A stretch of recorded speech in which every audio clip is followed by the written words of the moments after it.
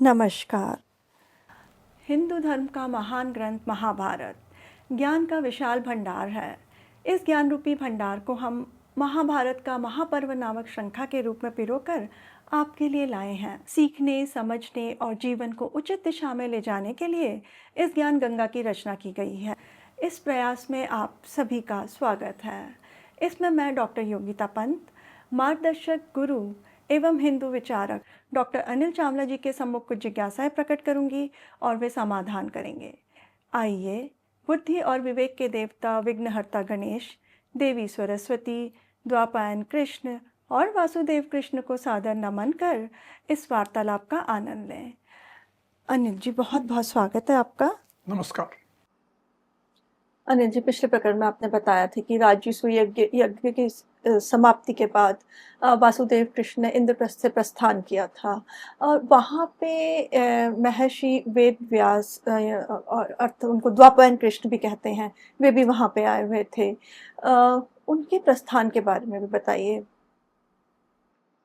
जब राजसूय यज्ञ संपन्न हो गया जी तो महर्षि अपने शिष्यों के साथ सम्राट युधिष्ठिर के पास आए। युधिष्ठिर ने स्वाभाविक है खड़े होकर उनका अभिवादन किया, पूजन किया। फिर महर्षि ने कहा कि हे कुंती नंदन, यह बड़े आनंद की बात है कि तुमने सम्राट का दुर्लभ पद प्राप्त कर लिया है और तुम निरंतर उन्नति कर रहे हो। अब मैं जाऊं। जी तुमने मेरा अच्छी तरह सम्मान किया है, मैं तुमसे प्रसन्न हूं, मुझे कोई शिकायत नहीं है, हर प्रकार से मैं प्रसन्न हूं। उन्होंने ऐसा कहा जी तो युधिष्ठिर ने उनके चरण पकड़ लिए और कहा कि गुरुवर, महर्षि, मेरे मन में एक संशय उत्पन्न हो गया, एक शंका है जी जिसका समाधान आपके अतिरिक्त कोई और नहीं कर सकता। आप ही उस मेरे संशय का समाधान कर सकते हैं। जी तो मेरे इस प्रश्न ये है कि हे पितामह, देखिए महर्षि उनके पितामह भी लगते थे। जी तो हे पितामह, क्या शिशुपाल के मारे जाने से सारे उत्पात शांत हो गए हैं? अब कोई विघ्न, परेशानियां आगे नहीं हैं या अभी भी विघ्न, उत्पात हैं? जी महर्षि जरा मुस्कुराए, बोले, हे राजन, उत्पात इतनी सरलता से शांत नहीं होते। उत्पादों का जो फल है या जो पूरा उनका क्रियाकलाप होता है जी वह 13 वर्षों तक होता है। इस समय जो उत्पात प्रकट हुआ है, जी जो एक ऐसी परिस्थिति बनी है जिससे कि ये शिशुपाल था, वो इतना छोटा नहीं है जी कि केवल शिशुपाल मर गया और सब शांत हो गया, ऐसा नहीं। वह उत्पात तो बहुत बड़ा है, वह समस्त क्षत्रियों का विनाश करने वाला है, मतलब बहुत बड़ा विनाश आने वाला है। जी हे भरत कुल तिलक, यह जो उत्पात होगा जी ये एकमात्र तुम्ही को निमित्त बनाकर, तुम्ही को माध्यम बनाकर, तुम्ही को केंद्र बिंदु बनाकर होगा। क्षत्रियों का ये जो विनाश होने वाला है, जी ये दुर्योधन के अपराध से। इसमें अपराध कौन करेगा? दुर्योधन करेगा। जी तथा भीमसेन और अर्जुन के पराक्रम द्वारा संपन्न होगा। निमित्त तुम बनोगे, जी अपराध दुर्योधन करेगा जी और पराक्रम भीमसेन और अर्जुन करेंगे, और जी उसके द्वारा ये क्षत्रियों का महाविनाश होगा। बहुत बड़ी बात कह दी, जी और कहने के बाद बोले बड़े शांत भाव से कि वत्स, तुम्हारा कल्याण, अब मैं कैलाश पर्वत पर जाऊंगा, तुम सावधान होकर पृथ्वी का पालन करो। इतनी बड़ी बात कहकर जी महर्षि अपने शिष्यों के साथ वहां से प्रस्थान कर गए और कैलाश पर्वत की ओर चले गए। जी अनिल जी, महर्षि वेदव्यास तो जाते जाते एक बहुत गंभीर और कहें चिंताजनक बात कह के चले गए। तो इस पे फिर युधिष्ठिर की क्या प्रतिक्रिया थी? महर्षि के जाने के बाद सम्राट युधिष्ठिर घोर चिंता और शोक में डूब गए। गहरी सांसें लेने लगे, सोचने लगे। फिर उन्होंने अपने भाइयों को बुलाया और कहा कि महर्षि व्यास ने जो मुझसे कहा है, ये सुनकर मैंने मरने का निश्चय कर लिया। मुझे जीवित ही नहीं रहना है। यदि समस्त क्षत्रियों के विनाश में विधाता ने मुझे निमित्त बनाने की इच्छा कर ली है, जी काल ने मुझे ही इस अनर्थ का कारण बनाने का निर्णय कर लिया है, तो मेरे जीवन का क्या प्रयोजन है? मैं क्यों जी रहा हूं? इतने विनाशकारी कार्य के लिए मुझे नहीं जीना है। मैं जीवन का त्याग करना चाहता, मैं इसका निमित्त नहीं बनना चाहता। जी शोक में डूबे हुए, चिंता में डूबे हुए उन्होंने ऐसे अपने विचार व्यक्त किए। जी अब युधिष्ठिर ने जब इस प्रकार के विचार अपने भाइयों के साथ व्यक्त करे, तो उनके भाइयों का क्या कहना था? राजा युधिष्ठिर की बात सुनकर सबसे पहले अर्जुन ने कहा कि राजन, इस प्रकार मोह में मत पड़िए। मोह अर्थात कंफ्यूजन, जब आपको सही रास्ता नहीं मालूम होता इधर जाना, ये तो आप जिस तरह आपको शोभा नहीं देता जी कि आप एक गलत विचार कर रहे हैं। इस प्रकार मोह में मत पड़िए, ये बुद्धि को नष्ट करने वाला है। मेरे महाराज, अच्छी तरह सोचें, विचारें और जो कल्याणप्रद लगे वे करें। वो हमारे यहां आत्महत्या अर्थात अपना प्राण खुद हर लेना, जी इससे बहुत बड़ा पाप माना गया। और यह बात अर्जुन को स्पष्ट रूप से अपने भाई को कहने की आवश्यकता नहीं थी, जी क्योंकि वो तो स्वयं ज्ञाता थे, जी जी धर्म को जानते थे कि ऐसा अधर्म का काम तो तभी कर सकते हैं राजा युधिष्ठिर जबकि किसी मोह में पड़ गए हों, उनकी बुद्धि का नाश हो गया हो। तो उन्होंने केवल इतना सा इशारा किया।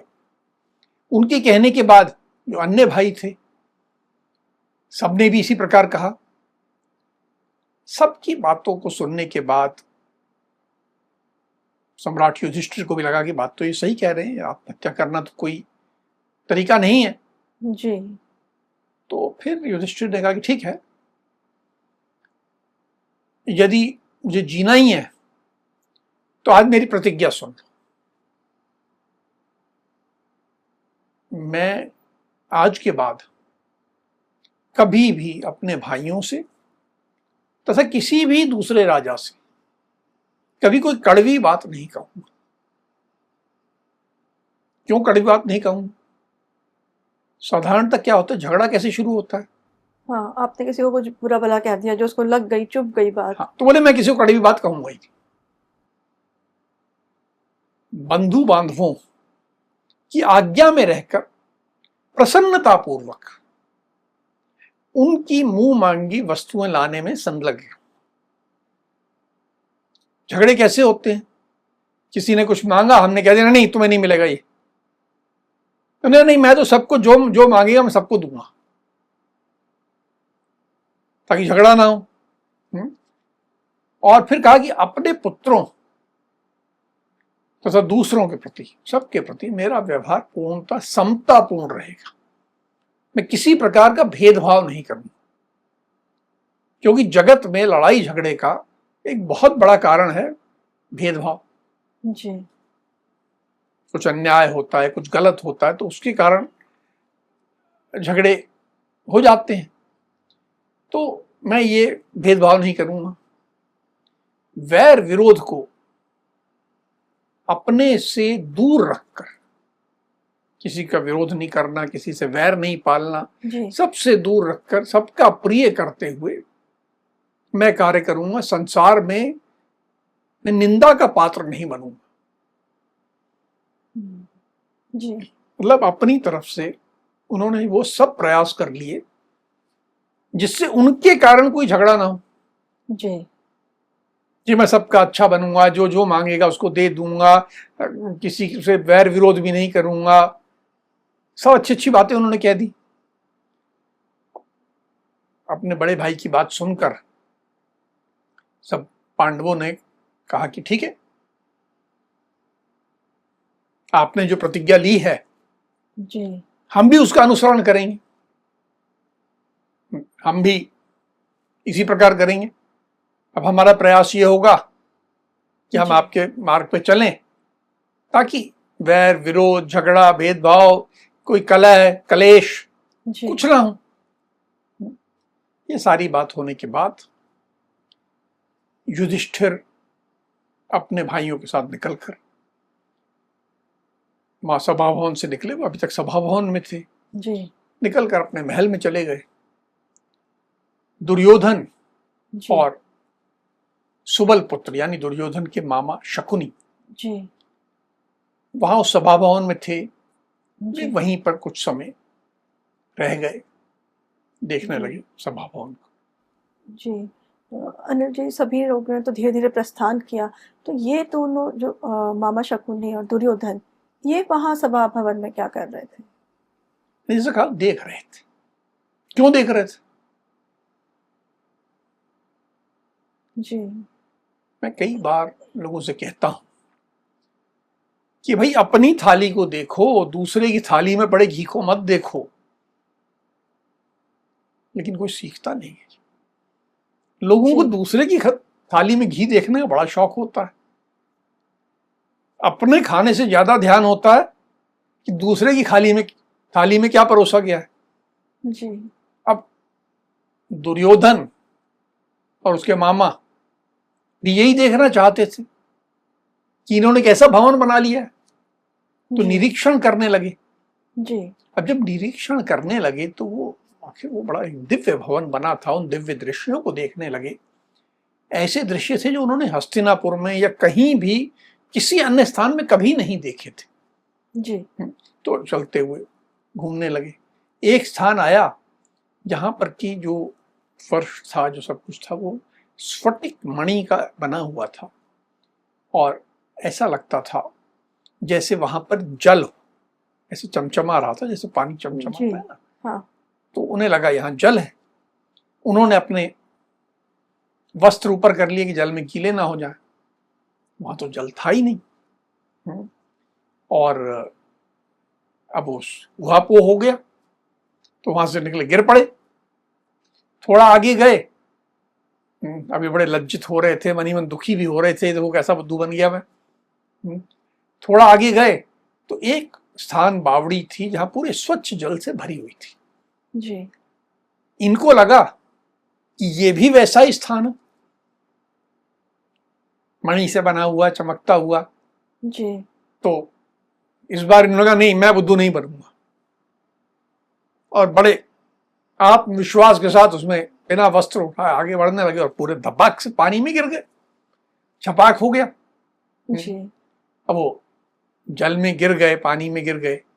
अब संयोग की बात है, वहां महाबली भीम खड़े थे। जी वो हंसने लगे। वहीं उपस्थित अर्जुन, नकुल, सहदेव जी भी जोर जोर से हंसने लगे, और उनके जो पांडवों के सेवक इत्यादि थे वो भी इस हंसी ठट्ठे में जुड़ गए और दुर्योधन की हंसी उड़ाने लगे। अब दुर्योधन बड़ा स्वभाव से ही अमरशील था, वो सहन नहीं करता था। जी कोई उसकी हंसी उड़ाए तो दुर्योधन के लिए तो ये असहनीय था, अमर्ष हो जाता था। वे अपना इस प्रकार का उपहास, उसका मजाक बनाया जाना सह नहीं सका, बिल्कुल दिल में आ गया कि ये मेरे साथ कैसा हो रहा है। जी थोड़ा किसी तरह उसको नए वस्त्र वगैरह दिए गए, सेवक लाए, उसके लिए वस्त्र लाए, कपड़े वपड़े बदल के फिर चलने लगा। जी तो एक स्थान पे आया तो उसको ऐसा लगा जैसे दरवाजा जो है खुला हुआ है, जी पर वास्तव में दरवाजा बंद था। तो वो, क्योंकि तो उसको लग रहा दरवाजा खुला है, चलने लगा तो पूरा उसका सिर उससे टकरा गया। सिर टकरा गया तो उसको चक्कर आने लगा। जी अब ठीक इसी तरह थोड़ा और आगे गया तो उसने सोचा कि ये दरवाजा बंद है, जी और उसको धक्का देने लगा तो दूसरी तरफ गिर गया। अब फिर धोखा खा गया। जी क्या? बार बार धोखा खाते जा रहा था। हाँ, बार बार धोखा खाते जा रहा था, और जहां ये धोखा खा रहा था, भीम, अर्जुन, नकुल, सहदेव और उनके सब सेवक और सब लोग उसका मजाक उड़ा रहे थे, उसकी हंसी उड़ाई जा रही थी। जी एक वो सब, और सबके द्वारा उसकी हंसी उड़ाई जाना, और जो राजसूय यज्ञ में जी जो अद्भुत संपत्ति आई थी, समृद्धि आई थी, तरह तरह के धन दौलत रत्न आए थे, जी जी वो भी उसने देखे थे, और ये सभा भवन का ऐश्वर्य था, सब उसने देखा, और बड़ा अंदर तक जैसे तिल मिला भी गया, जलने लगा, क्रोधित भी हो गया, हर तरह से एकदम अंदर तक उसमें अग्नि जलने लगी। सब बड़े अप्रसन्न मन से वो है पांडुनंदन युधिष्ठिर अपने बड़े भ्राता के पास गया, और उनसे जो एक फॉर्मेलिटी होती है आज्ञा लेने की, उनसे आज्ञा ली, और दुखी मन से अपने मामा की शकुनी के साथ दुर्योधन हस्तिनापुर लौट गया। जी अनिल जी, जो आपने घटनाक्रम अभी बताया, इसके बारे में तो मैंने सुना है कि वहाँ पे द्रौपदी जो थी वो उपस्थित थी, और द्रौपदी ने दुर्योधन की खूब खिल्ली उड़ाई, मजाक उड़ाया, और जिसके कारण द्रौपदी की हंसी उड़ाने के कारण ही वो क्रोधित हो गया, और जो महाभारत का महायुद्ध हुआ वो इसी के कारण से हुआ। पर अभी जो आपने बताया तो इसमें तो द्रौपदी का कोई उल्लेख ही नहीं किया। तो सच क्या है? क्या द्रौपदी वाक़ई में दोषी थी? क्या है? देखो, जहां तक मैंने शास्त्र पढ़ा है, जी, और शास्त्र के आधार पर ही मैं बात कर रहा हूं, जी, जी, शास्त्र में द्रौपदी का उल्लेख नहीं है, लेकिन हमारे यहाँ पिछले 1000 वर्ष में जी, एक ये प्रयास चला कि हर गलती के लिए स्त्री को दोषी ठहरा दिया जाए। जी, तो पूरे महाभारत के युद्ध के लिए जी, अगर ठीकरा द्रौपदी के सर फोड़ा जा सके जी, तो पूरी स्त्री जाति को आप बदनाम कर रहे हो, जी, स्त्री जाति को कटघरे में खड़े कर रहे हो। तो ये जो स्त्री विरोधी मानसिकता पिछले 1000 वर्षों में आई, जी, उसके अनुसार ये किया गया। फिर जितनी फिल्में या सीरियल जो भी बने, जी, जी, सबने इसी झूठ को बार बार दोहराया, और आज किंवदंती यही बन गई है कि द्रौपदी के हंसी के कारण ये पूरा युद्ध हुआ। जबकि जैसा शास्त्र मैंने पढ़ा है जी उसके अनुसार द्रौपदी का कोई उसमें भूमिका नहीं थी, द्रौपदी की कोई गलती नहीं थी। जी जो हंसी उड़ाई गई जी वो पांडु बंधुओं में से, जी अर्थात युधिष्ठिर को छोड़ के जी बाकी 4 पांडवों द्वारा हंसी उड़ाई गई थी। जी सही नहीं था उनके द्वारा ये व्यवहार, जी इसमें भी कोई शक नहीं है, जी उन्होंने गलत किया। लेकिन इस सारे को मोड़ के जी स्त्रियों पे दोषारोपण करना ये एक बहुत गलत और यहां तक मैं कहूंगा घिनौनी हरकत है, जी जो समाज की स्त्री विरोधी मानसिकता के कारण पिछले कई वर्षों में की गई। जी अनिल जी, तो कह सकते हैं कि द्रौपदी नहीं बल्कि जो 4 पांडव थे उनके व्यवहार से खिन्न होकर के अप्रसन्न मन से वो हस्तिनापुर लौट आया। तो हस्तिनापुर लौटने के बाद क्या उसका दुर्योधन का मन शांत हो गया था, और वो अपना अपमान भूल करके सामान्य जीवन व्यतीत करने लगा था, या उसके मन में कुछ अभी भी चल रहा था? देखो, तो बहुत दुखी हुआ था। जी जो ऐसा नहीं था कि उसका थोड़ी देर के लिए व्यथित हुआ और शांत हो गया, जी जी ऐसा नहीं। अपमान तो उसको व्यथित कर रहा था, और साथ ही अपमान से ज्यादा पांडवों की राजलक्ष्मी का विचार जी करके वह जो ईर्ष्या थी उसके कारण वो पीड़ा कष्ट अनुभव कर रहा था। यह देखकर कि कुंती के पुत्रों का मन प्रसन्न है, धृतराष्ट्र का ये जो पुत्र था ये दुखी हो रहा था। जी यह देखकर कि भूमंडल के सभी नरेश उनके वश में है जी तथा सारा जगत उनका हितैषी बन गया है, जी ये सोच के वो बिल्कुल उसका रंग फीका पड़ गया था। जी, एक तरफ से कहें तो आजकल की जो भाषा में कहें कि वो सुपर पावर बन के उभर गया था युधिष्ठिर, हाँ, उससे जलन हो रही थी। जलन, देखा ना, अपनी जो खुशियां हैं वो आदमी नहीं देखता है। मुझे थाली में बहुत व्यंजन परोसे हैं उससे कोई मतलब नहीं है, जी दूसरे की थाली में बहुत राजलक्ष्मी है इससे ज्यादा दुखी होता है व्यक्ति। इंद्रप्रस्थ से जो हस्तिनापुर के मार्ग में जी जाते हुए भी वे लगातार धर्मराज युधिष्ठिर की वो लौकिक संपत्ति, सभा भवन, जी उनका जो ऐश्वर्य, उनके धन दौलत के बारे में सोच रहा था। कह सकते हैं कि चिंता से डूबकर वो पागल हो रहा था। साथ में उसके मामा थे जी शकुनी, उनसे कोई बातचीत भी नहीं कर रहा था। जब आदमी बहुत दुखी होता ना जी जी तो उस बोलता नहीं है, बिल्कुल एकदम चुप हो जाता है, दुख में डूबा है।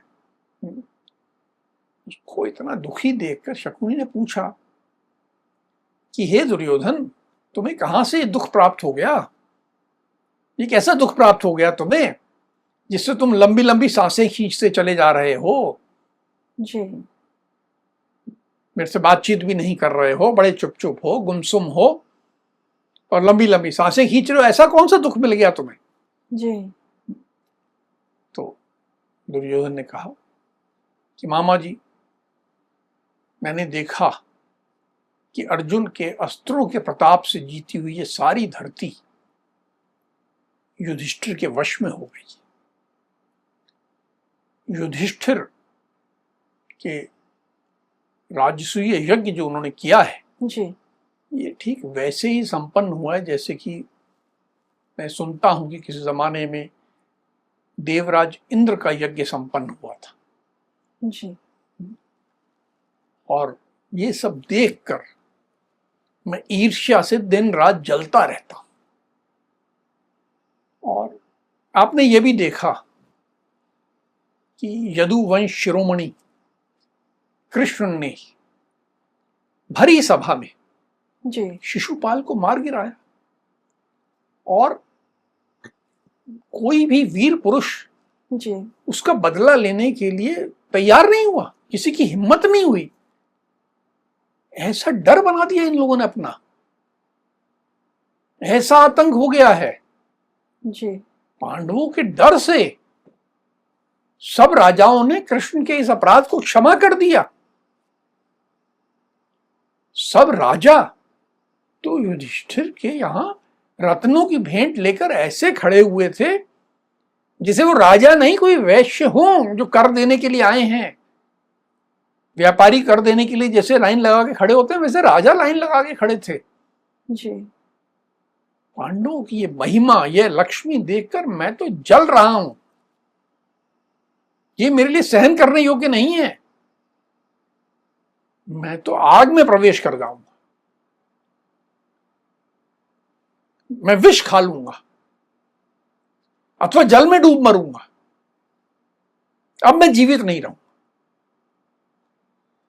संसार में ऐसा कौन सा शक्तिशाली पुरुष होगा जो शत्रुओं की समृद्धि और अपनी हीन दिशा होती देखकर भी चुपचाप सहन कर लेगा। ये सच है कि मैं अकेला उनकी उस सारी राजलक्ष्मी को जी हड़प लेने में समर्थ नहीं हूं। उसको अपनी जो है कमी वो भी स्वीकार थी। कि मेरे में इतनी ताकत नहीं कि स्वीकार उनके सामने मैं जाऊं और लड़के पूरी पूरी की पूरी उनकी धन दौलत उठा लाऊं। जी और एक और बात भी है कि मेरे पास वैसे योग्य सहायक भी नहीं है। जी पांडवों के सहायक तो वासुदेव कृष्ण है, जी मेरे पास इससे कोई सहायक नहीं है। तो इसलिए मृत्यु का विचार कर रहा हूं। मैं जीना नहीं चाहता। अब मामा जी, आप मुझे मरने के लिए आज्ञा दीजिए, क्योंकि मैं बहुत दुखी हूं और ईर्ष्या की आग में जल रहा हूं। अब मुझे जीवन से मेरा मन हट गया है। अब आप बस मुझे मरने की आज्ञा दे दीजिए।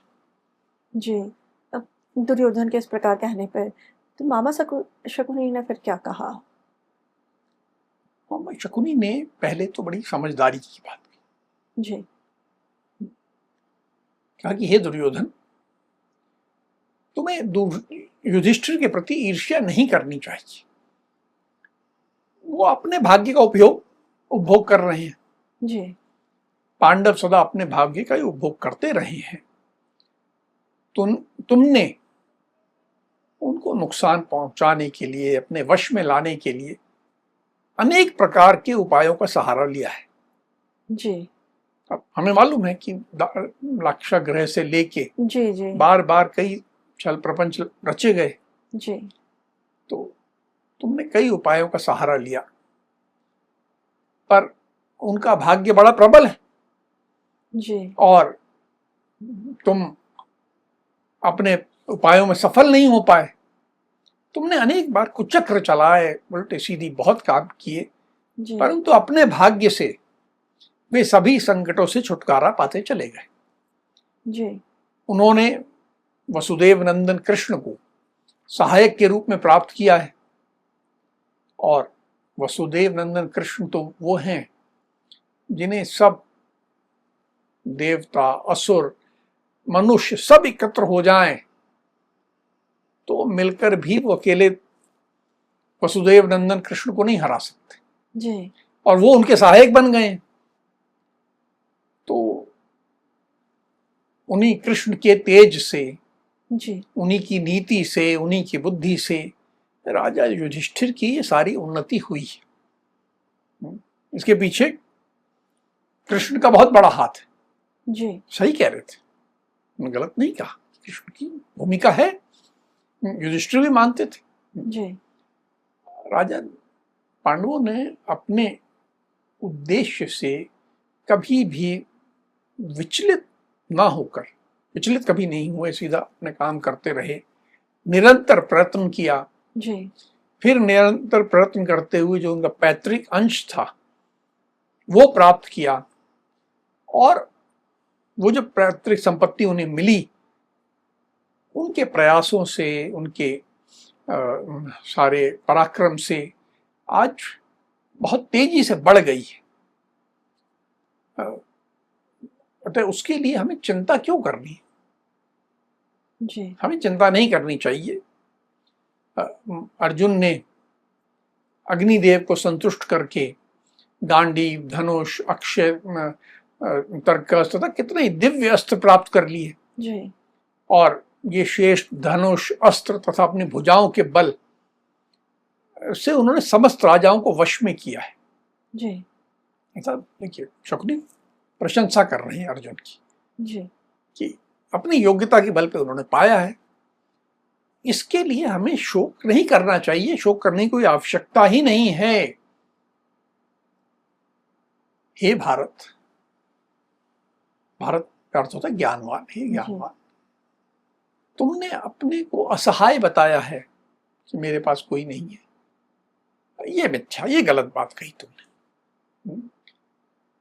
तुम्हारे साथ बहुत लोग खड़े, महान धनुर्धर और पराक्रमी द्रोणाचार्य हैं, उनका पुत्र अश्वत्थामा है, राधानंदन कर्ण हैं, महारथी कृपाचार्य हैं, और तुम्हारे सब भाई हैं, राजा भूरिश्रवा हैं, और इन सब के अतिरिक्त मैं भी हूं। इन हम सब के साथ मिलके तुम चाहो तो पृथ्वी पर, सारी पृथ्वी पर विजय प्राप्त करो। जी। एक तरफ से कहा कि जिस प्रकार पांडवों ने विजय प्राप्त करी पूरी पृथ्वी पे, उस तरह से तुम भी कर सकते हो। अब जब मामा शकुनी ने इस तरह से समझाया दुर्योधन को, तो क्या वो मान गया और क्या उसका मन शांत हो गया?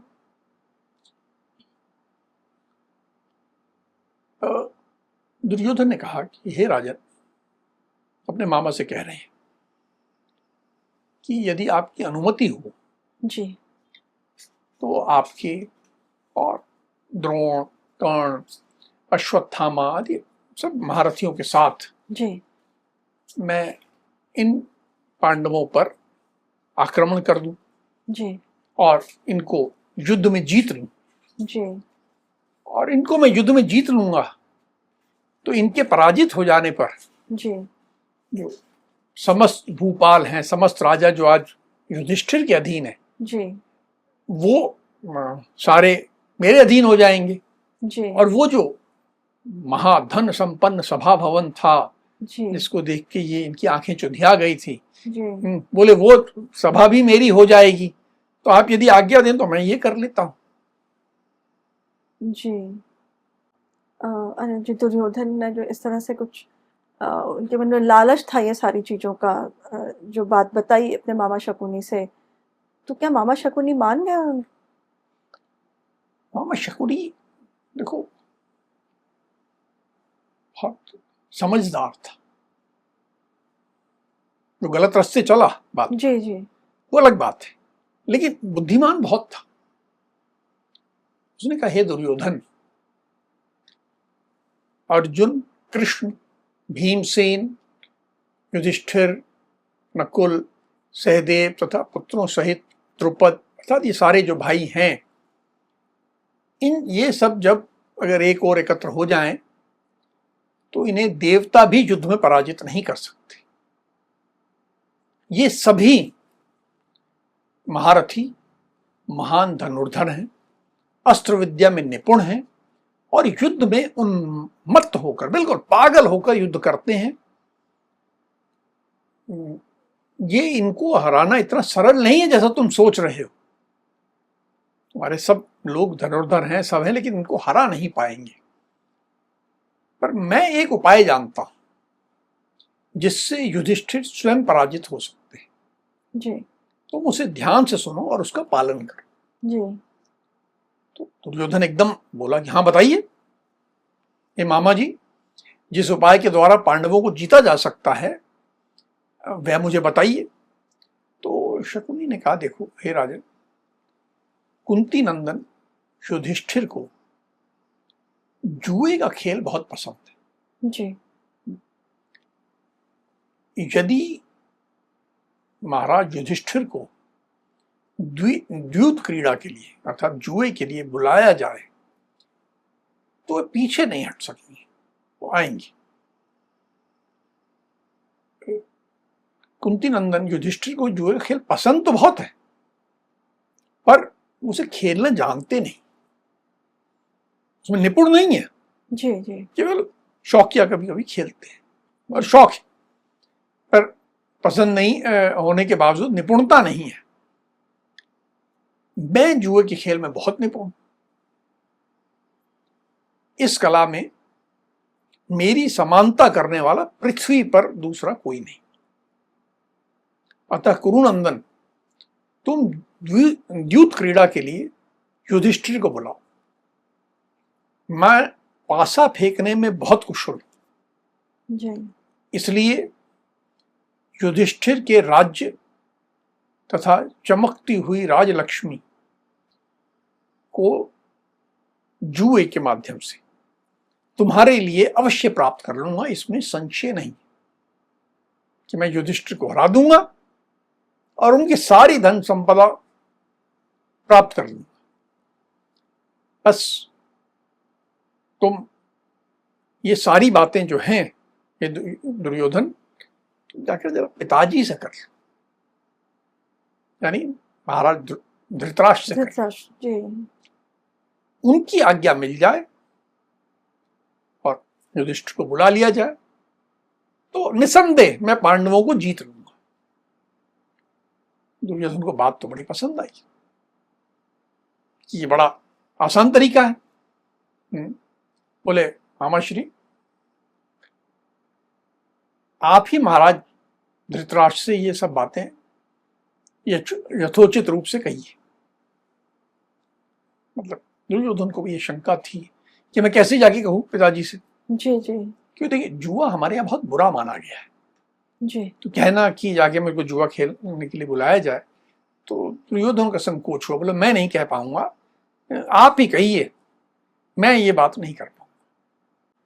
अनिल जी, आज के प्रकरण में हमने देखा कि जब भी कोई विशाल आयोजन किया जाता है, कोई सफलतापूर्वक कुछ आयोजन होता है, तो उस आयोजन से जो जलने वाले, ईर्ष्या करने वाले व्यक्ति होते हैं, तो वो उस जिसने आयोजन किया होता है उसके बारे में बहुत बुरा सोचने लगते हैं। मन में अच्छी भावना नहीं रहती उसके लिए। और हमें कभी भी अपने जीवन में हमारे पास कितना भी धन आ जाए, उसके धन संपत्ति, आलीशान घर हो या बड़ी गाड़ी हो, तो इसका सहारा लेकर के हमें जो हमसे कम अमीर व्यक्ति होता है उसको नीचा नहीं दिखाना चाहिए या उसका उपहास नहीं उड़ाना चाहिए। एक चीज़ और जो हमने आज देखी कि जीवन में जब कभी बड़ी सफलता मिल जाती है तो उसके सफलता मिलने के बाद जो है या उसी समय से कहें, क्योंकि हमारे बारे में व्यक्ति लोग अच्छा नहीं सोच रहे होते हैं, तो आगामी वर्षों के लिए जो कहना है कि संघर्ष, आगामी जो वर्ष आने वाले हैं उसमें संघर्ष की पृष्ठभूमि तैयार होने लगती है। तो ये सारी बातों को हमें ध्यान में रखते हुए हमेशा विनम्र बने रहना चाहिए। अब हम आज की चर्चा को यहीं विराम देते हैं। अगली कड़ी में महाभारत के महापर्व से जुड़े कुछ मार्गदर्शक प्रसंगों के साथ हम दोनों फिर उपस्थित होंगे। राम राम। राम राम।